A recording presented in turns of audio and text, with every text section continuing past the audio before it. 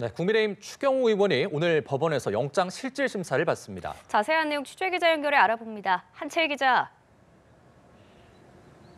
네, 오늘 오후 3시 서울중앙지법에서 국민의힘 추경호 의원의 영장실질 심사가 열립니다. 추 의원은 국민의힘 현직 의원으로는 두 번째로 권성동 의원 다음으로 구속 기로에 놓이게 됐습니다. 추 의원은 지난해 계엄 해제 표결을 앞두고 윤석열 전 대통령 측의 요청을 받고 의원총회 장소를 3차례 변경해 다른 의원들의 표결 참여를 방해한 혐의를 받습니다. 내란 특검은 비상계엄 선포 이후인 오후 11시 22분 윤 전 대통령이 계엄에 협조해달란 취지로 추 의원에게 전화를 걸었고 추 의원은 이에 동조했다고 의심하고 있습니다. 추 의원이 계엄의 불법성을 사전에 인식하고 있었고 계엄 해제 의결을 방해하기 위해 의총 장소를 일부러 당사로 바꿨다는 게 특검팀 분석입니다. 구속심사에서는 당시 윤 전 대통령과의 통화 내용과 추 의원의 고의성 여부가 쟁점이 될 것으로 보입니다.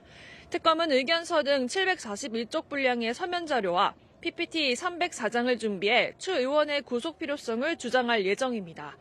영장심사에는 박억수 특검보를 포함해 최재은 부장검사 등 모두 7명의 검사들이 들어가 총력전을 펼칠 계획입니다. 추 의원은 모든 혐의를 부인하고 있는데요. 특히 의원들의 당사 집결은 국회 출입이 차단된 시점에서 임시로 내린 조치라고 주장했습니다. 추 의원의 구속 여부는 심사가 오후 늦게 시작되는 만큼 계엄 1년이 되는 내일 나올 가능성이 있습니다. 네, 말씀하신 것처럼 내일은 비상계엄 사태가 벌어진 지 1년입니다. 윤 전 대통령 재판 오늘도 진행되고 있죠?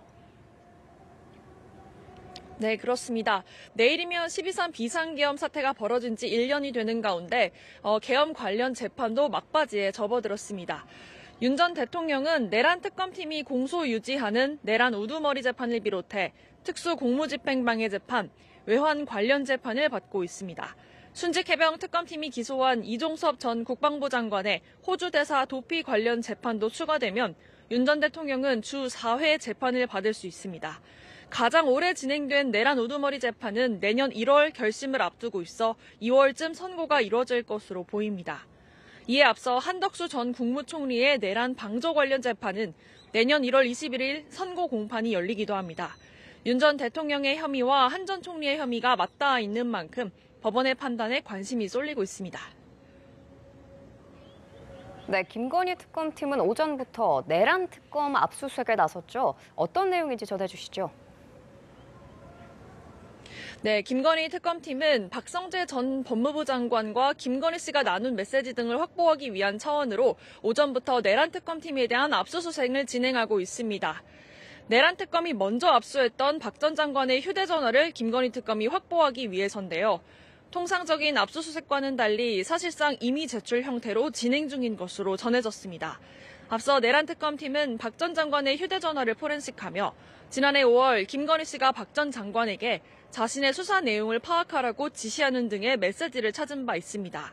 특검은 이를 토대로 윤석열 전 대통령 부부와 박 전 장관이 정치적 운명 공동체인 것으로 의심하고 있습니다. 김건희 특검팀도 이번 압수수색을 통해 김건희 씨와 관련된 수사 범위를 파악하고 직권남용 관련 수사를 이어갈 것으로 보입니다. 지금까지 서울중앙지법에서 연합뉴스TV 한채입니다.